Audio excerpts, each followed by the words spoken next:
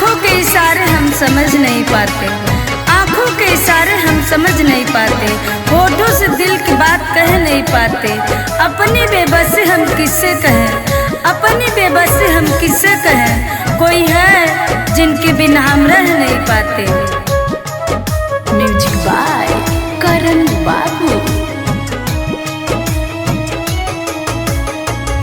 दिल के दवाई जदी मिलत दवा खाना में, दिल के दवाई जदी मिलत दवा खाना में, प्यार के मरीज नहीं रहते जमाना में। दिल के दवाई जदी मिलत दवा खाना में, प्यार के मरीज नहीं रहते जमाना में। दिल के दवाई जदी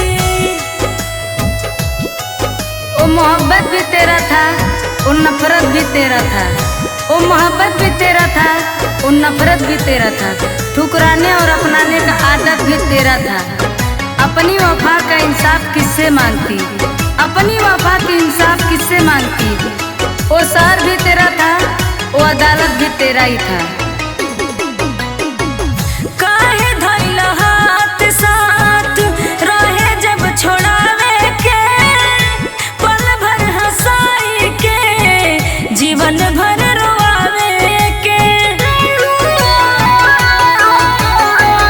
काहे धइल हाथ साथ रहे जब छोड़ावे के, पल भर हंसाई के जीवन भर रोआवे के। हमके सुकून नहीं, हमके सुकून नहीं मिले पानी खाना में, प्यार के मरीज नहीं रहते जमाना में। दिल के दवाई जदी मिलत दवा खाना में, प्यार के मरीज नहीं रहते जमाना में। दिल के दवाई जदी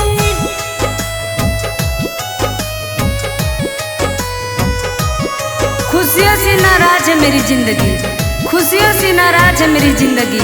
प्यार की मोहताज है मेरी जिंदगी। हंस लेती हूँ लोगों को दिखाने के लिए, हंस लेती हूँ लोगों को दिखाने के लिए, वरना दर्द की किताब है मेरी जिंदगी।